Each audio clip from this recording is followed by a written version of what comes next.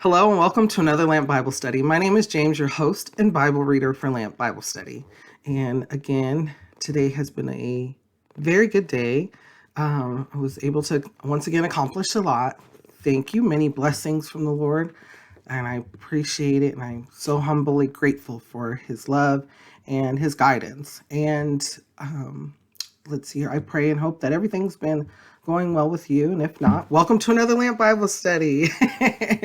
I'm so happy I love Bible study. I love it. Speaking with other people, everybody coming together, reading the Holy Word, and the Holy Spirit just working through each and every one of us. And so welcome. If this is your first time, welcome to Lamp Bible Study. I hope you enjoy. Today we are going to be in the book of Nehemiah, and we're finishing up Nehemiah in chapter 11. I'm currently reading from an NIV Collegiate Bible. And there was a few things that I was thinking about just now. And so I'm kind of like trying to piece them all together. But I hope and pray that we continue to seek the Lord's wisdom together through his holy word. And so with all of that, let's just get right into it. We don't have a whole, we only have 3 chapters left, and then we'll be in the book of Esther. So we'll start that on the next Bible study. So I'm going to kind of take it as we go. Let's see what the Lord has in store for us today. So let's get started. And another thing is, I always forget, sometimes I say them, sometimes I don't, but when I ask for, when I ask what kind of thoughts or feelings come to your mind, how does it make you feel and what does it make you think? At this time during Bible study, we're wanting to be in a place of worship. We're wanting to be in a place of wisdom through the Lord, through the Holy Spirit, requesting that wisdom. And so we have our own personal thoughts and feelings and beliefs. What we want to do is we want to bring the Lord's direction and wisdom in and listen to what he has to say, because we have a living Lord and he has something to say to us. And it makes you feel, and it makes you think, and it makes you think about what it means in your life, in our life, in my life. So think about that. And if you need to pause and also write things down, if you need to write things down or take note or give a quick pause during those pauses that we do have when I ask to do, you can do research, you can do look at different things. Some people use commentaries. They'll go in and do some research through commentaries and such. It's always good and okay to look at different things, different resources to help assist us, especially when it comes to historical points, like within history, but also always go back to the word, because the Lord can provide that revelation to us. The Lord can provide the wisdom. So with all of that, let's get started with today's Bible study in Nehemiah chapter 11. The new residents of Jerusalem. Now the leaders of the people settled in Jerusalem, and the rest of the people cast lots to bring one out of every 10 to live in Jerusalem, the holy city, while the remaining 9 were to stay in their own towns. The people commended all the men who volunteered to live in Jerusalem. These are the provincial leaders who settled in Jerusalem. Now, some Israelites, priests, Levites, temple servants, and descendants of Solomon's servants lived in the towns of Judah, each on his own property in the various towns, while other people from both Judah and Benjamin lived in Jerusalem. And so there's going to get ready to be a whole bunch of names again. If you do know how to pronounce them, say them with us. If you know how to type them out in the comment section, please do so, and I thank you. Just a quick refresher. So we're in the book of Nehemiah. We already read the book of Ezra. This is now the book of Nehemiah. Both Ezra and Nehemiah were close to the same time. I believe Ezra went back to Jerusalem first, and then Nehemiah came at a little bit later time, but very close. So they saw each other, talked to each other, and as we can see, Ezra was a priest, and Ezra even spoke in our previous Bible study. So if you missed it, go back to the previous Bible study. But this is the return from the exile. So Israel has come a long way. They were in Egypt. They went to Egypt because there was getting ready to be a famine that they didn't know until it was revealed to Joseph, right? And then they were in Egypt, and they grew. They were blessed and they grew, but the Egyptians, especially Pharaoh, was jealous, wanted to use them, wanted to misuse them. And so they ended up becoming slaves to the point where they cried out to the Lord, and the Lord brought Moses along to lead his people out of Egypt, and that's what happened. And they were led to the promised land. However, whole group of people, they weren't fully committed and they weren't fully faithful for that first generation. So they weren't able to get into the promised land. And so their sons and daughters, the second generation, though, was able to go into the promised land and start help conquering the lands, while the Lord did most of the work for them of conquering.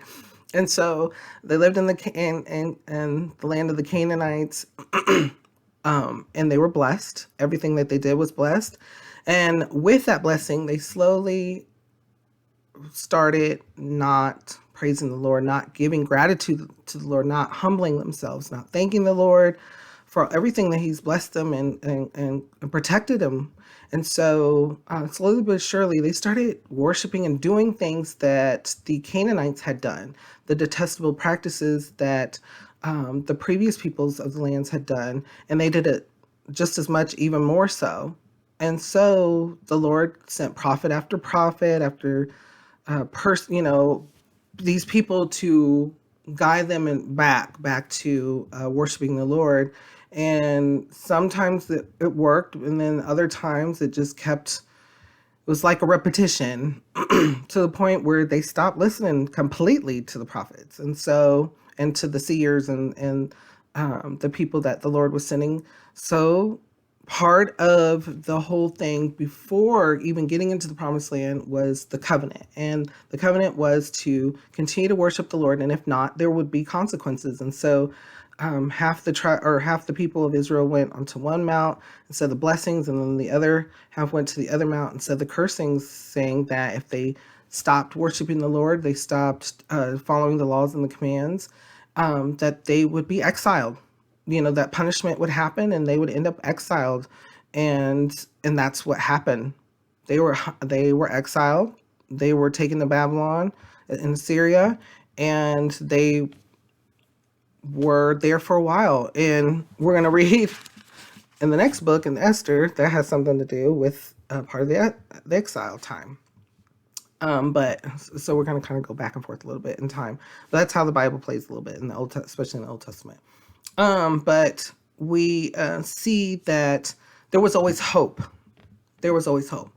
And so another thing about the Slant Bible Study is we bring past to present, and what we read and what we learn, and we see how it affects us in our lives, and see what ways it can happen, or whatever it may be, and see if it still reigns true, see if things still work the same or are very similar.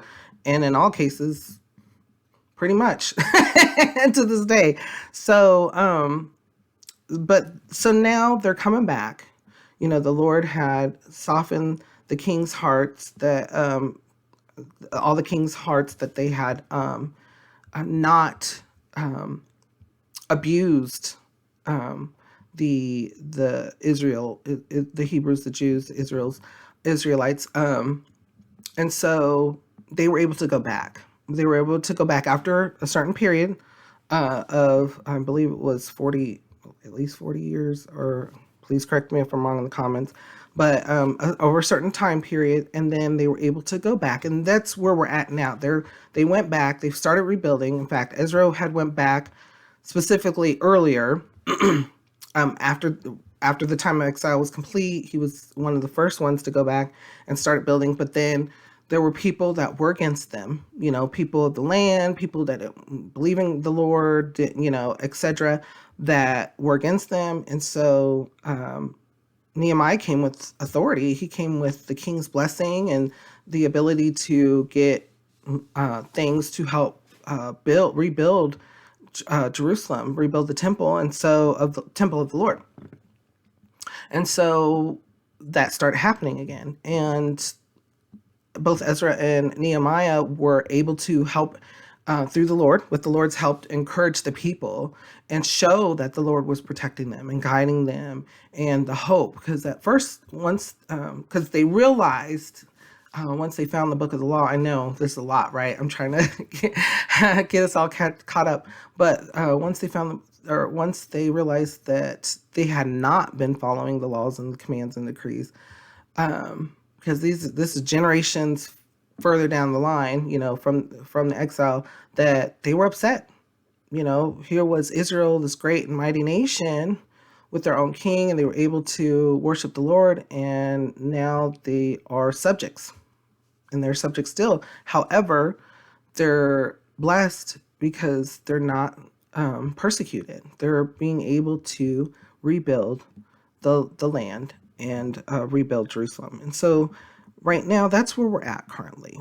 And so, again, bringing past to present, the new residents of Jerusalem, and how they are coming back to the promise.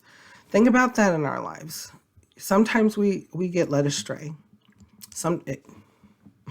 Witness, right? A person right here been led astray, and the Lord knows us, knows our hearts, and He provides opportunities. He speaks to us. He tells us, hey, going down the wrong path. And we are able to be forgiven, ask for forgiveness and be given, and come back into a fellowship with the Lord and into the way. And so, again, bringing past to present, are there times in your life where you felt, or you made decisions, or you saw somebody make a decision and they started going down the wrong path? Were you that opportunity? Were you that person to help to turn them around? Or was somebody there to help turn you around? Or was there something that you thought of that helped turn you around from whatever it may have been that was detrimental to your life, to what your goals are? So think about that. What kind of thoughts or feelings come to your mind? How does it make you feel, and what does it make you think? Let's continue to read. And bear with me, because here comes the names, right? From the descendants of Judah, Athaiah, son of Uzziah, the son of Zechariah, the son of Amariah, the son of Shephatiah, the son of Mahalalel, a descendant of Perez, and Messiah, son of Barak, the son of Hosea, the son of Haziah, the son of Adiah, the son of Jeorib, the son of Zechariah, a descendant of Shelah. The descendants of Perez who lived in Jerusalem totaled 468 able men. From the descendants of Benjamin, Salu, son of Meshullam, the son of Joed, the son of Pedaiah, the son of Kaliua, the son of Maaseiah, the son of Ithiel, the son of Jeshiah and his followers, Gabi and Sali, 928 men. Joel, son of Zikri, was their chief officer, and Judah, son of Hasanua, was over the second district of the city. And let's continue. From the priests, Jediah, the son of Joarib, Jachin, Sariah, son of Hilkiah, the son of Meshullam, the son of Zadok, the son of Merioth, the son of Ahitub, supervisor in the house of God, and their associates who carried on work for the temple, 822 men. Adiah, son of Jeroham, the son of Pelaliah, the son of Amzi, the son of Zechariah, the son of Pashur, the son of Malchijah, and his associates, who were heads of families, 242 men. Amashasiah, son of Azariel, the son of Ahaziah, the son of Mishlamoth, the son of Immer, and his associates, who were able men, 128. Their chief officer was Zabdiel, son of Hekadolim. Okay, so the names are going to continue for the rest of this chapter. but again, as I previously mentioned through in other Bible studies, again, the reason why we've seen these names and such is because during that time they didn't have any DNA testing. They had to write this stuff down, and up until recently, I mean, through my life even, it was not common, to send in something to a lab and get a testing. Early in my life, it wasn't. Absolutely, it was extremely expensive. It was available, yes, but it was extremely expensive. Now it's like a dime a dozen. It's not that cheap, but I'm just saying. It's one of those sayings, right? But anyways, so it was something that you know, was kept track. And so, for purposes of knowing where families and people come from, um, people used to keep them, do family trees. They would have pictures. They still, I know a lot of people that still do, you also would have people who even kept family trees in the Bibles, in a big family Bible. They would have just records of family members and such, just to kind of see how they came to be through the people, through the people, through culture and everything. It brings in a lot, right? When you understand, when you see where you came from, how you were created, uh, what was the line of people that preceded came before you. What did they do? There's a lot there, and so that's reason why we see a lot of these names and such. And it also had to do with the covenant as well, with the promised land, because they wanted to make sure that people had their allotment. And if they were, of course, a Levite, they were going to be working in the church. They were, or in the for the temple.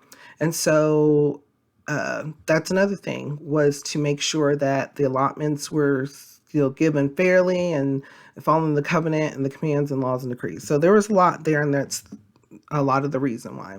Um, and as you can see, we still do similar things today. We still keep track of those things. It helps us with our own history and our own culture, and it provides us insight into how we came to be, and even things that we may believe, right? There's a lot there too. What kind of thoughts or feelings come to your mind? How does it make you feel, and what does it make you think? Let's continue to read. I lost my place. I got it again. From the Levites, Shemaiah, son of Hashab, the son of Ezrikam, the son of Hashabiah, the son of Buni, Shebathiah, and Jozabad, two of the heads of the Levites who had charge of the outside work of the house of God.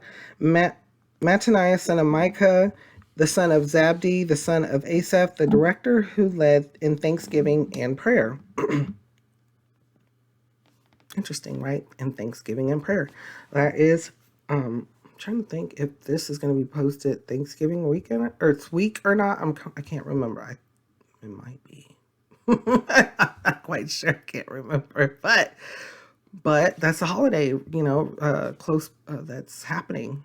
Time of Thanksgiving, a holiday that we think of, or some people think of culturally, a time of getting together with family and eating certain types of foods like turkey and stuffing and mashed potatoes and all the fixings, and so and being grateful and being thankful that there's family and that there's food and that there's comfort with each other, and comfort, and of course plenty, so, but also during this time, it's a time also to think about others who may not be as fortunate.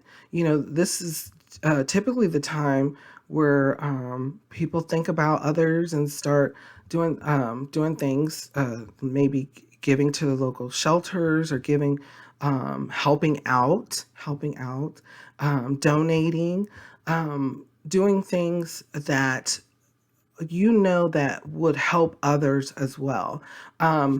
that goes along with those blessings that we have, the blessings that come to us from the Lord, and we want to bless others. We want to help others. Now, don't force it. Okay. And that's something that we have to understand too. You could be very wealthy, or you could be very well off, or wanting to do something, right? And you go and you're like, I'm gonna do this. I'm gonna do this right now. Boom, doing it, right? And it cannot be as wonderful as we think it may have been.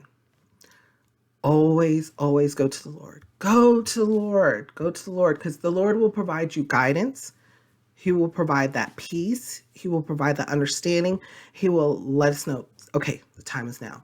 And what specifically to do. I know. Amazing, right? And pray about it. Read the Holy Word, pray about it, but and give it to the Lord, and the Lord, it'll come in the Lord's time. And being a blessing to others is just amazing. It's like receiving gift too, because you get to know, you'll know that you are helping someone else through whatever it may be, and that provides comfort to you too. It provides that accomplishment. So think about that, and praise the Lord for those opportunities. What kind of thoughts or feelings come to your mind? I know that was a lot, right? What kind of thoughts or feelings come to your mind? How does it make you feel, and what does it make you think? Before we even start, I was like, man, we're going to get through this quick. We got an hour, right? Let's continue to read. And I lost my place again. Okay. Thanksgiving and prayer. Bakbukia, second among his associates, and Abda, son of Shemua, the son of Galal, the son of Jeduthun, the Levites in the holy city totaled 284. The gatekeepers, Akub, Talmon, and their associates who kept watch at the gates, 172 men. The Levites the rest of the Israelites with the priests and Levites were in all the towns of Judah, each on his ancestral property. Remember, told you, see, the reason they need the names and such is to make sure everybody was in the correct area, in the promised land and in their correct inheritance. I didn't tell you. The Lord told you. I know. I was like, did I just say one of those common things that we do as humans? Yes. I was like, I didn't tell you. The Lord did it. The Lord said it right here. Okay. And the temple let's continue to read. The temple servants lived on the hill of Ophel, and Ziha and Gishpa were in charge of them. The chief officer of the Levites in Jerusalem was Uzi, son of Bani, the son of Hashabiah, the son of Mattaniah, the son of Micah. The Uzi was one of Asaph's descendants, who were the singers responsible for the service of the house of God. Okay, I think was Asaph was around David's time, right? Right? Wasn't he the priest? Oh my goodness. Wasn't he the priest or something during that time? But he's also in the book of Psalms, in the book of Psalms. He wrote some stuff, blessing the Lord, man. We'll get to that when we get there. But okay, let's continue to read. Who are singers? Okay, the singers were under the king's orders, which regulated their daily activity. Pethahiah, son of Meshezabel, one of the descendants of Zerah, son of Judah, was the king's agent in all affairs relating to the people. As for the villages with their fields, some of the people of Judah lived in Kirith Arba and its surrounding settlements, in Dibon and its settlements, in Jacobeziel and its villages, in Jeshua, in Moladah, in Beth Pelet, in Hazar Shual, in Beersheba and its settlements, in Ziklag, in Machnah and its settlements, in Ramon, in Zorah, in Jarmuth, Zeno, Adullam, and their villages, in Lachish and its fields, and in Azekah and its settlements. So they were living all the way from Beersheba to the valley of Hinnom. The descendants of the Benjamites from Geba lived in Michmash, Ijah, Bethel and its settlements, in Anathoth, Nob, and Ananiah, in Hazar, Ramah, and Gittim, in Hadid, Zeboim, and Nabalat, in Lod, and Ono, and in the valley of the craftsmen. Some of the divisions of the Levites of Judah settled in Benjamin. Okay, so there's a lot here, and telling us that they were settling in the places of their allotments, and that they were that the reason why they were making sure that everybody was in their inheritance, where their inheritance was. Remember, because they were exiled for a long time, and so here they are back, and so just to make sure that they're still following the commands, decrees, and laws and such, and the inheritances correctly. So bringing past to present, think about that, like wills, things that family members leave. Have you been and have you inherited something? Have you been given something by a family member? A lot of people miss things, like things that are given. Like, one thing that came up to my mind is like weddings, like a wedding ring or a dress or something that people can get, not necessarily hand-me-downs, but stuff that's given as a mementos as well, different types of things. So think about that. What kind of thoughts or feelings, or have you came across that, or have you inherited, or have you been given something like that? What kind of thoughts or feelings come to your mind? How does it make you feel, and what does it make you think? What's that saying? Like something borrowed, something blue, something, you know what I mean? That's what I was thinking about too. I was just like, why is that mixing in with my thoughts right now? Okay, I'm going to do a quick pause here real quick.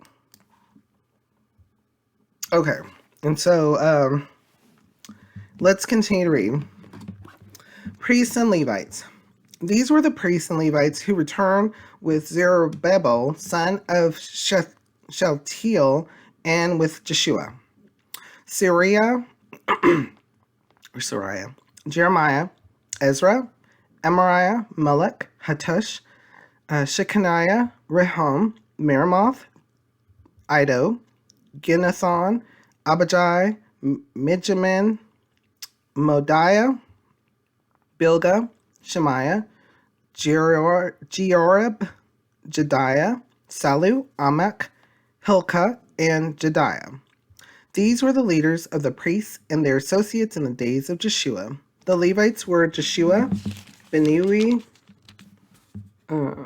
Kadmiel, Sherebiah, Judah, and also Mattaniah, who together with his associates was in charge of the songs of thanksgiving.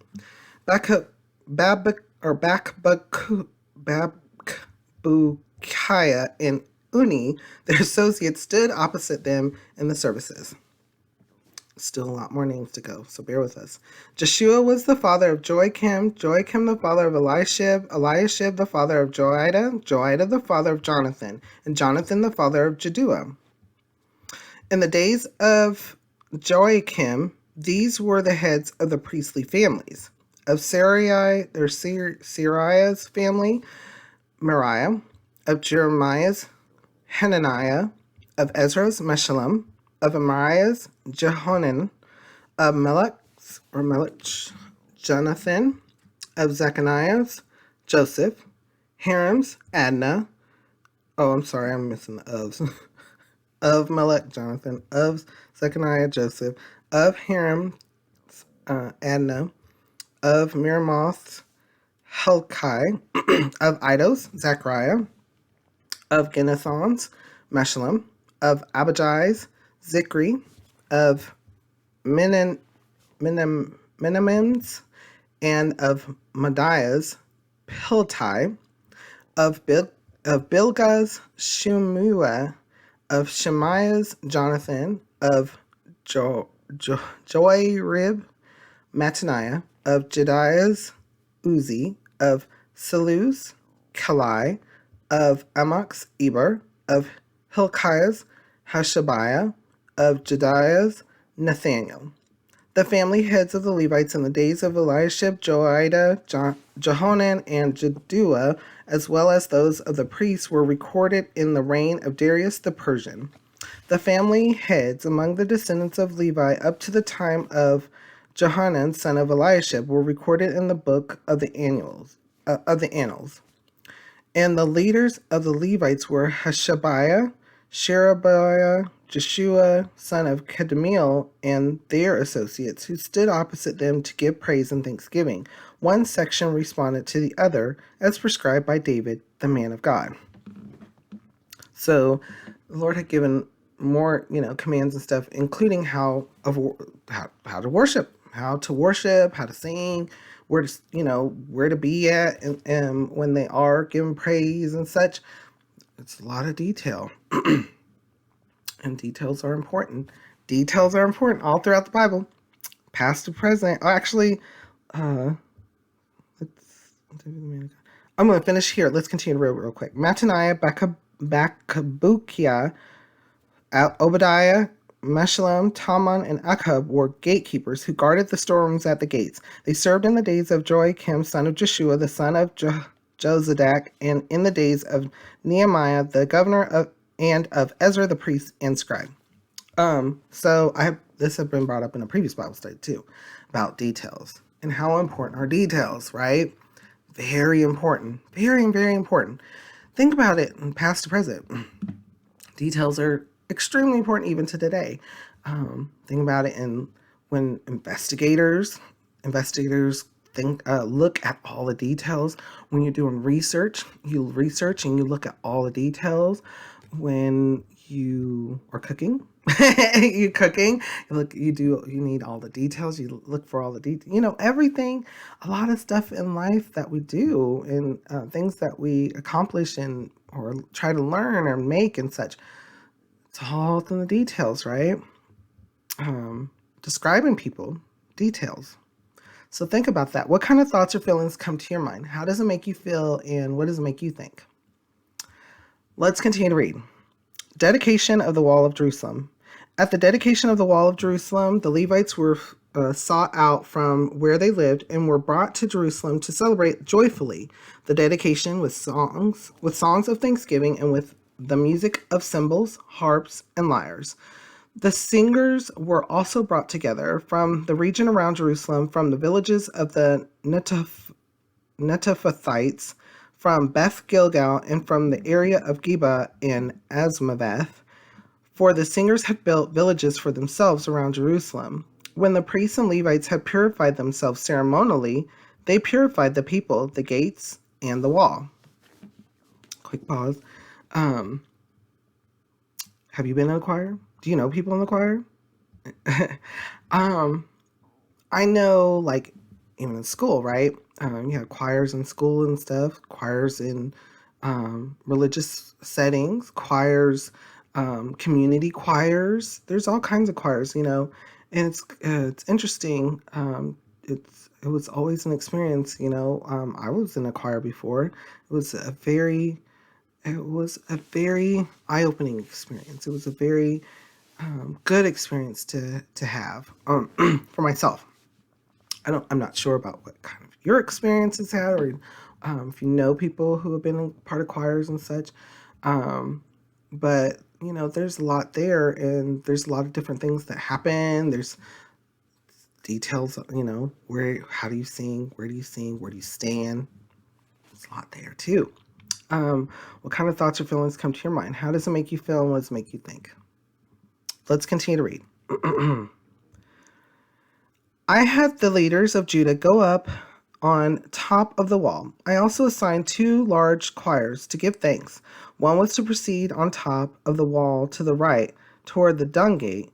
Hoshea and half the leaders of Judah followed them, along with Azariah, Ezra, Meshullam, Judah, Benjamin, Shemaiah, Jeremiah, as well as some priests with trumpets, and also Zechariah, son of Jonathan, the son of Shemaiah, the son of Mattaniah, the son of Micah, the son of Zechar, the son of Asaph, and his associates, Shemaiah, Ezrael, Malali, Galali, Mai, or Mai, Nathaniel, Judah, and Hanani, with musical instruments prescribed by David, the man of God. Ezra the scribe led the procession. At the fountain gate, they continued directly up the steps of the city of David on the ascent to the wall and passed above the house of David to the water gate on the east.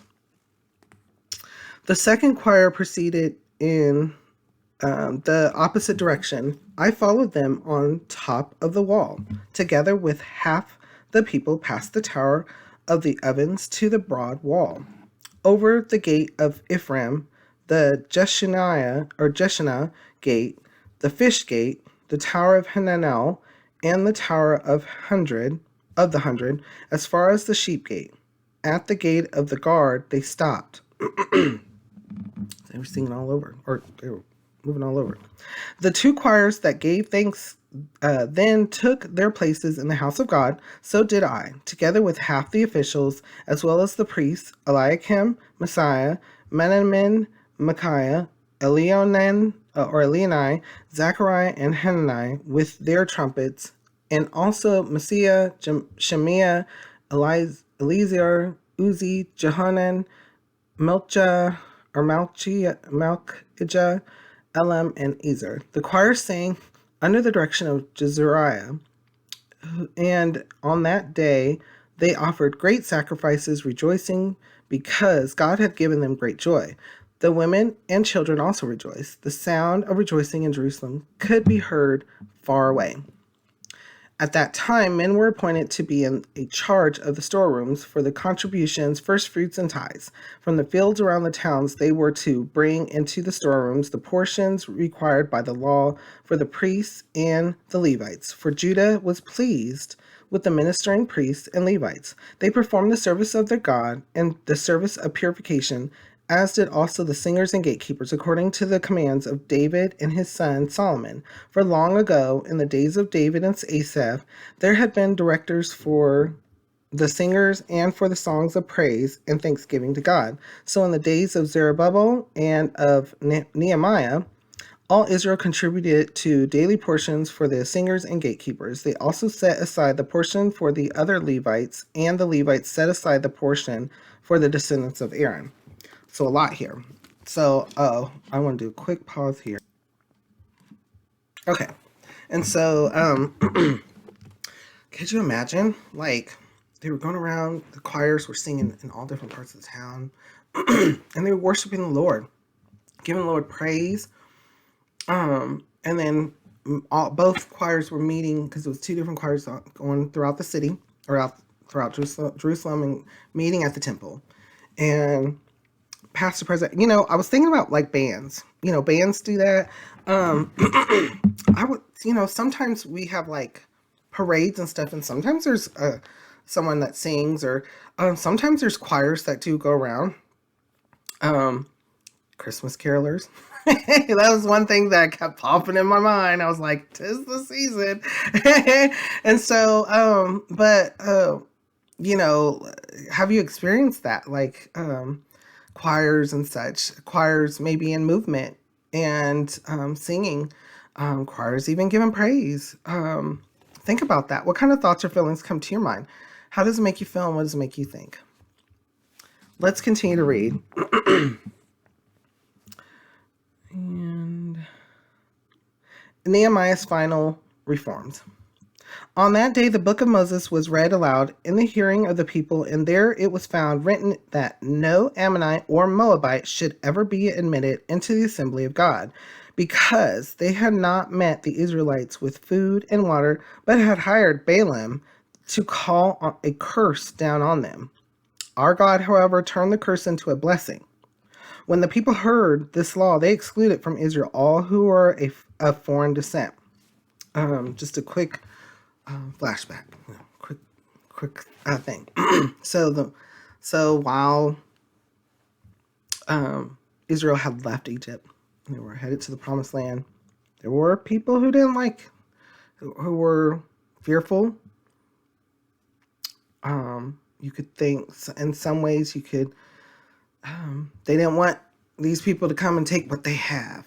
Sound familiar?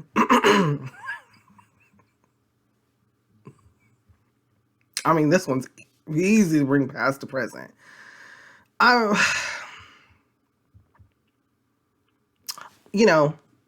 fearful sometimes. Sometimes I'm fearful of like different things. Like, is somebody acting suspicious? Is somebody wanting to mess with me and such?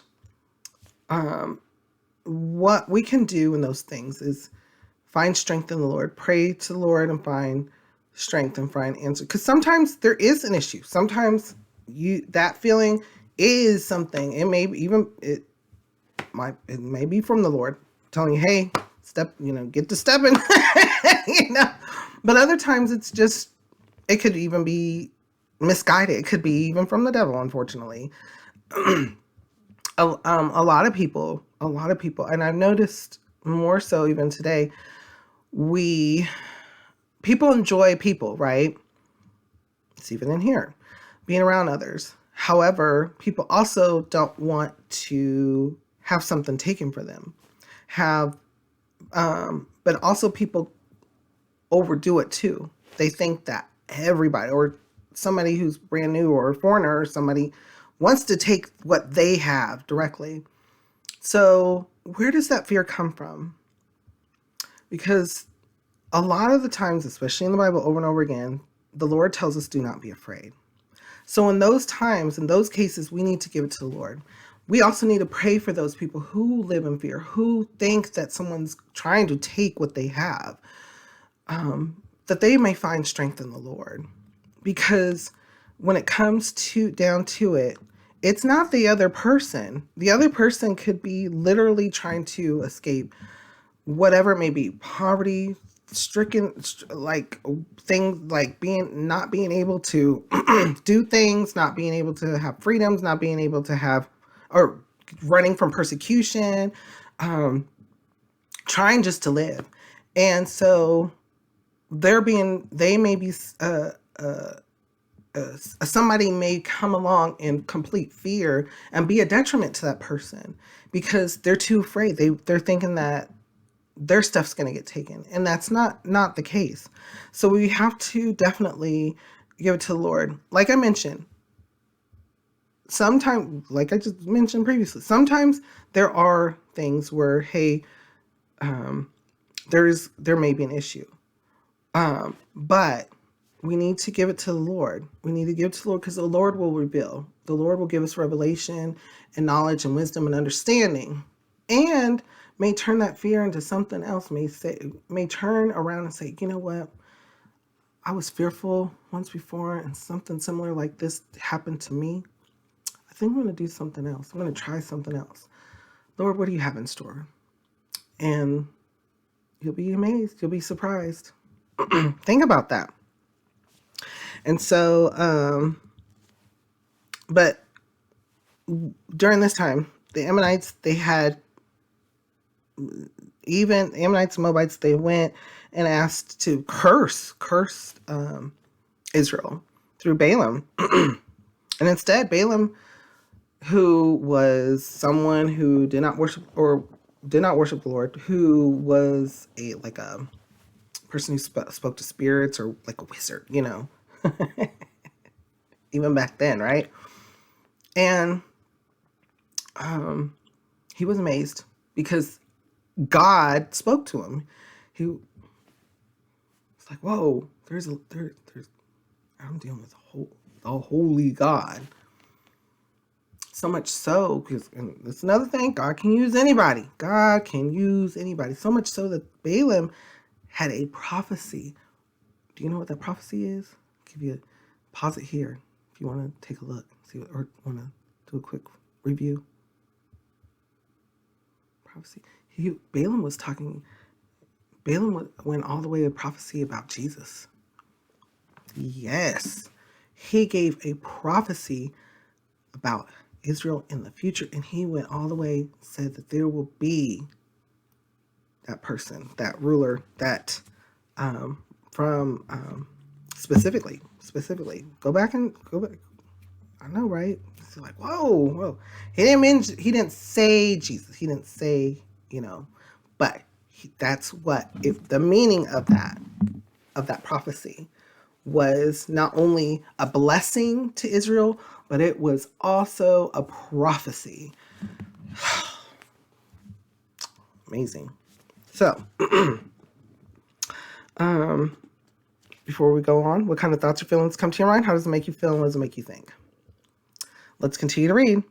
Okay, when people heard this, when the people heard this law, they excluded from Israel all who were of foreign descent. And I'm going to get to that in just a moment. Before this, Elisha the priest had been put in charge of the storerooms of the house of our God. He was closely associated with Tobiah, and he had provided him with a large room formerly used to store the grain offerings and incense and temple articles, and also the tithes of grain, new wine, and oil prescribed for the Levite singers and gatekeepers, as well as the contributions for the priests. Another pause. Okay, I'm going to get to this sentence. When the people heard this law, they excluded from Israel all who were of foreign descent. Okay. People, when we read these things, sometimes people read them verbatim, and they read that specific part and they don't remember anything else that they read, or if they read it at all. Bring it back to Ruth. Okay, so Ruth was what? Anybody? Question for you. Ruth was a what? I heard it. I heard the answer. I heard Moabitess. Did somebody say it? Was that one of these people that were just... Was it? Let me just double check and make sure, because I do not want to be wrong. Could you imagine? I mean, hey, call me out. Call me out now. Let me just double check. I believe, or is it the person with Ruth? But yes, yeah.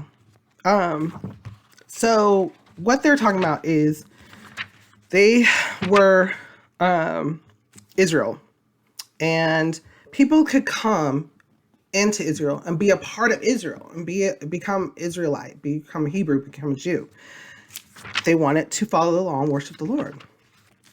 What we're talking about here, I believe, hey, go back and look, read, find some people who those philosophical studies and all that stuff, the philosophers and people who are who have what have you. Anyways,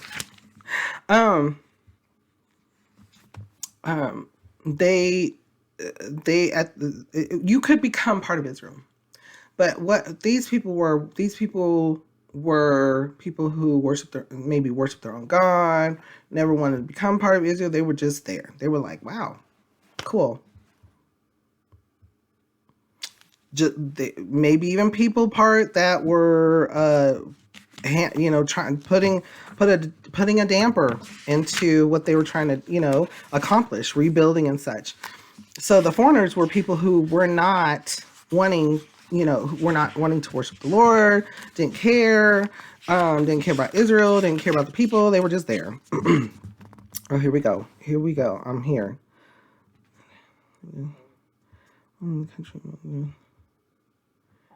Because let me just make sure. Because the lives of Ruth, Naomi, and Ruth. Ruth was. I'm almost there.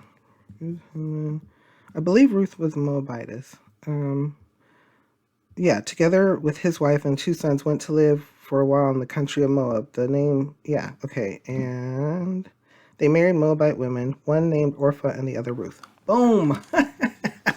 I had to just make sure because I was like, wait a minute, wait a minute.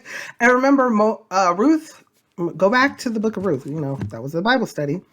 Ruth said what she said to Naomi. She's like, I want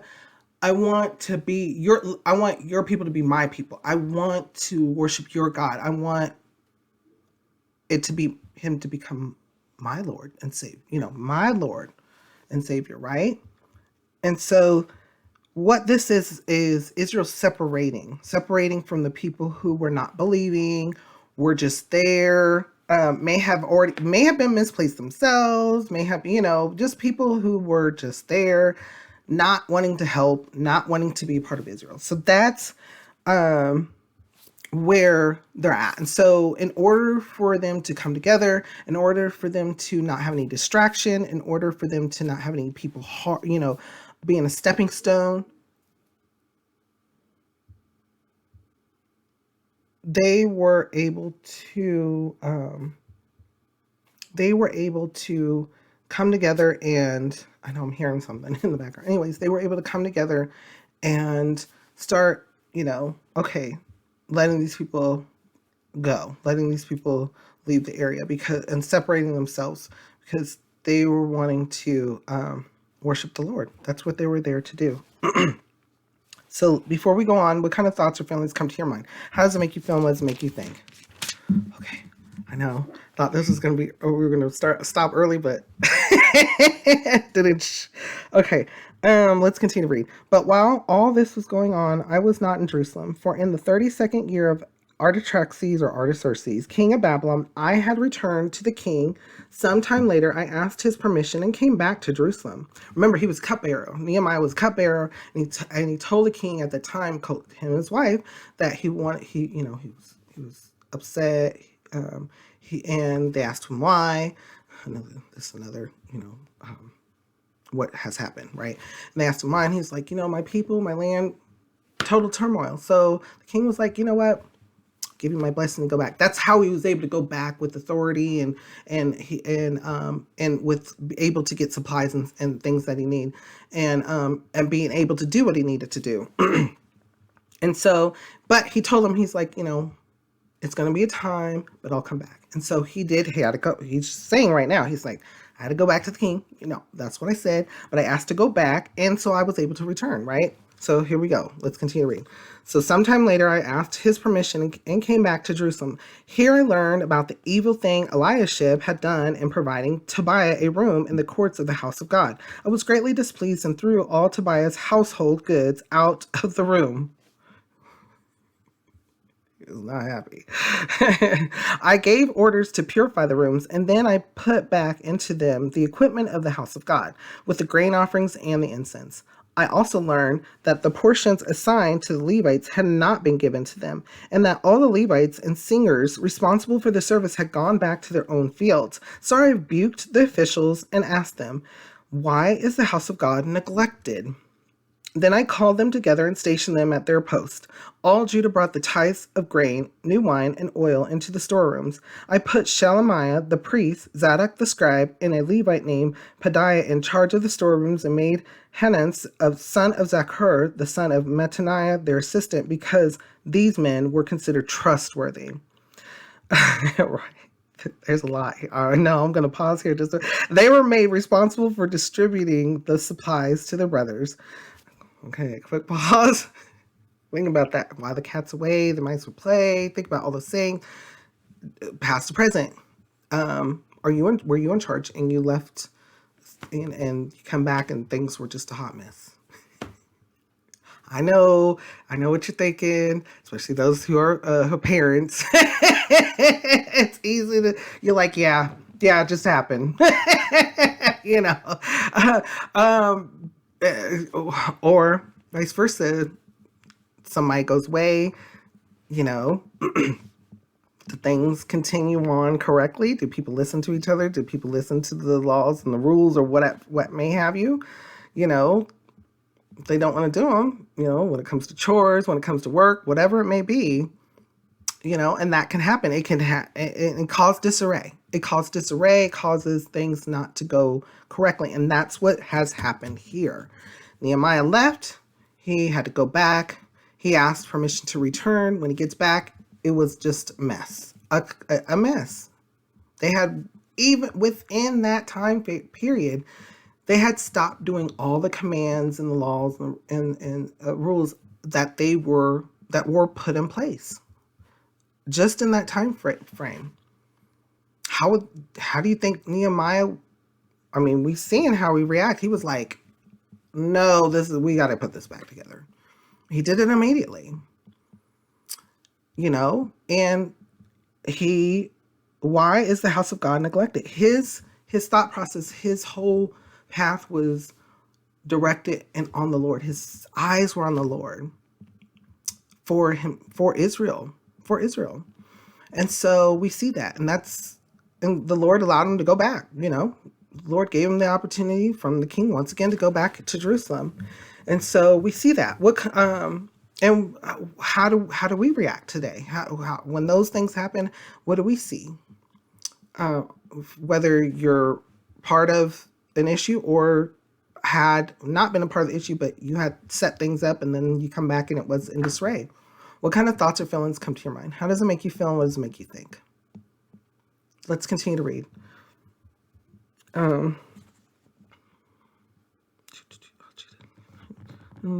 Remember me for this, oh my God, and do not blot out what I have so faithfully done for the house of my God and its services. In those days I saw men in Judah treading wine presses on the Sabbath and bringing in grain and loading it on donkeys, together with wine, grapes, figs, and all other kinds of loads. And they were bringing all this into Jerusalem on the Sabbath. Therefore I warned them against selling food on that day, when men from Tyre who lived in Jerusalem were bringing in fish and all kinds of merchandise and selling them in Jerusalem on the Sabbath to the people of Judah. I rebuked the nobles of Judah and said to them, what is this wicked thing you are doing, desecrating the Sabbath day? Didn't your forefathers do the same thing so that our God brought all this calamity upon us and upon this city? Now you are stirring up more wrath against Israel by desecrating the Sabbath. Remember, that had happened. They stopped all the laws in exile they go, right? So he's like, oh my goodness, we just got back. We just rebuilt. We just did all this and the people already. So he's telling them, and he's within the spirit. And so he's using what the Lord has given him for correction to the people. He's correcting them, correcting their actions so that they get back into the way and back into following the Lord. It's a lot here, right? Before we go on, what kind of thoughts or feelings come to your mind? How does it make you feel and what does it make you think? And we're almost there. Let's continue to read.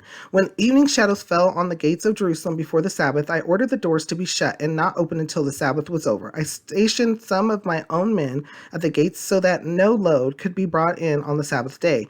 Once or twice, the merchants and sellers of all kinds of goods spent the night outside of Jerusalem, but I warned them and said, why do you spend the night by the wall? If you do this again, I will lay hands on you.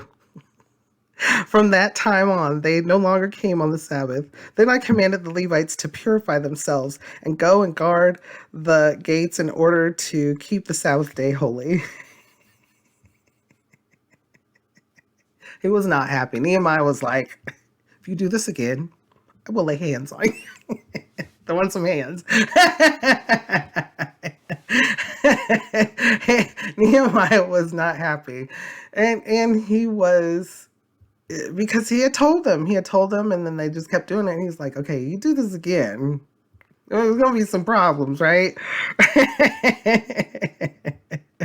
And so we see, and then, and that stopped the people, from doing it. But we see here, even on a humanistic side, bringing it past to present, is, especially in families and such, is discipline sometimes involved?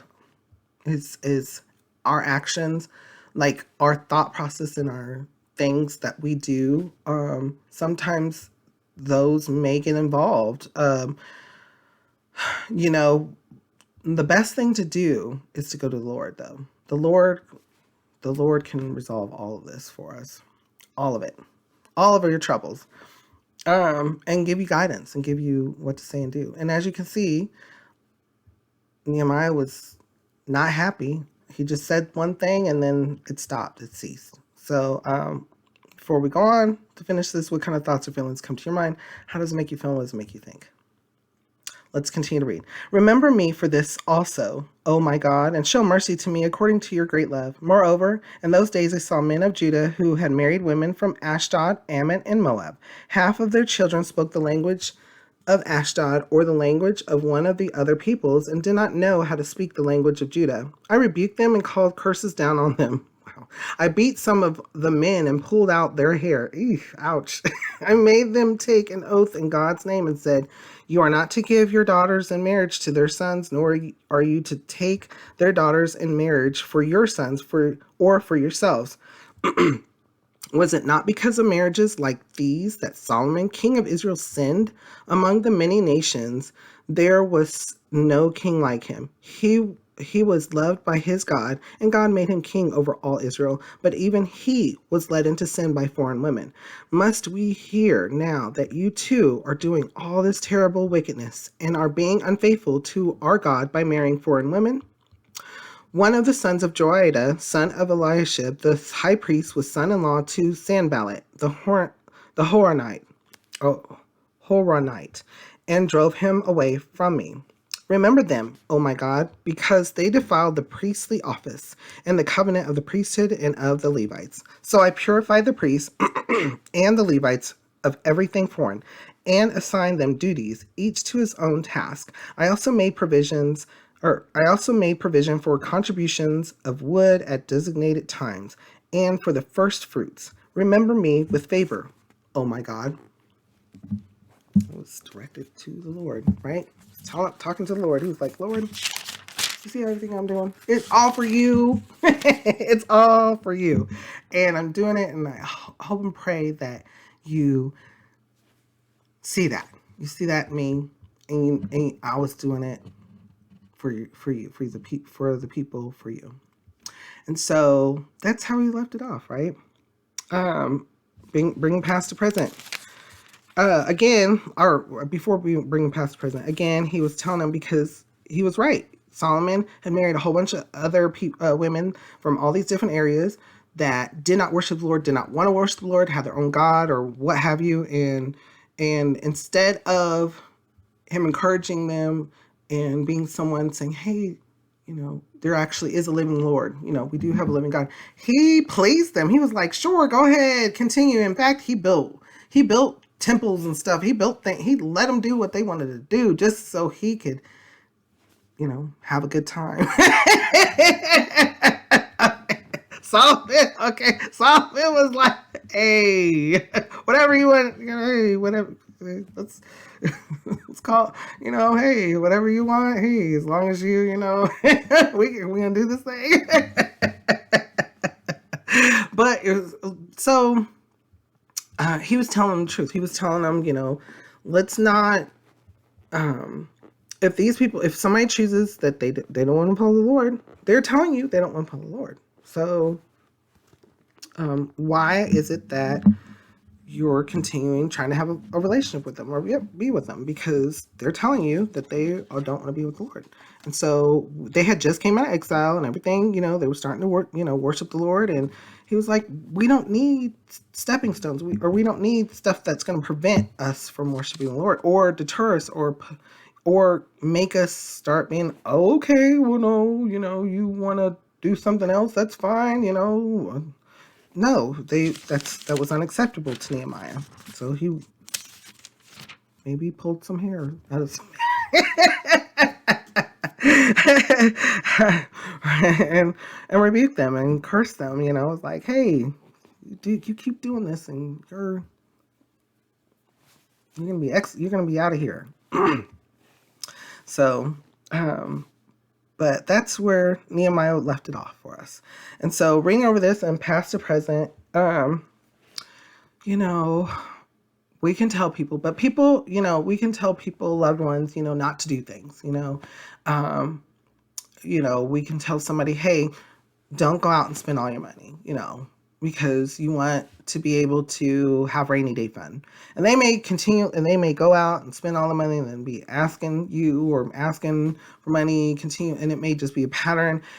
And, unfortunately, it it's something that they may just do and do and do and do over and over again. And so I'm just thinking of like one example or something, but we have hope, and we can pray to our living Lord, and we can ask for guidance and ask for help, and pray for them also for to get stop that repetition, create something new for them.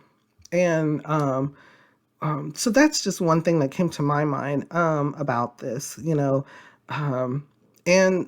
sometimes, like I mentioned, in some cases, discipline may be involved, especially when it comes to family or whatever, or, at work, somebody steps out and does something harmful. The company, or your company, or a company, they may have disciplinary action that they may take to correct the behavior, to correct the issue. And that happens to this day, right? So think about that. What kind of thoughts or feelings come to your mind? How does it make you feel, and what does it make you think? Okay, let's do a quick review. We only had 3 chapters, right? They were long and they had a lot of substance. The new residents of Jerusalem. So remember that Israel had just come back and they started rebuilding. There were other people there. And so they were keep taking note of the families that come back and making sure everybody had their allotment inheritance. The priests and Levites, and how they were to worship the Lord and their directions given from all the way from David, and taking in the names, and again it has to do with allotments and who were the singers and gatekeepers and all that, and people who served completely, and people who had other tasks within the temple. Dedication of the wall of Jerusalem. Finally, they finished building the wall, so they were able to dedicate it and thank the Lord and give thanks to him. Nehemiah's final reforms. Nehemiah had to go back, and then he to the king, and then he asked for permission to come back to Jerusalem. And when he came back, and what happened? Everything was in disarray, and so he had to put things back in order and make sure the law and commands were followed again. And he was telling the Lord, remember me with favor, oh my God. So think about that too. I mean, that's something that, past to present, that's really good, even for us, right? Remember me, Lord Jesus, God Almighty. Thank you for the opportunities, and I hope and pray that I fulfilled what you asked me to fulfill. And he sees our heart. So think about those things. What kind of thoughts or feelings come to your mind? How does it make you feel, and what does it make you think? Okay, well, thank you so much once again, for joining me in another Lamp Bible Study. Lamp Bible Study comes out every Tuesday and Thursdays with highlights throughout the week and flashlights on Fridays. Please continue to pray for me. I will always continue to pray for you. And next time when we come back, we will be in the book of Esther. I know I had to look again because I was like, what book was that? And so, right, Esther, a lot there. Very... it's actually a book, I'm going to talk about that later because there's a lot there. There's something particular about the book too. But it's amazing. So, Nehemiah was amazing. The Bible is amazing. It is a place for wisdom, to seek wisdom and get understanding and knowledge. It's the living word. It continues to work upon us, right? So, I hope and pray that we continue to seek the Lord's wisdom together, and I'll see you back with the book of Esther. Wherever you are, have a blessed morning, a blessed day, a blessed afternoon, a blessed evening, a blessed night. God bless.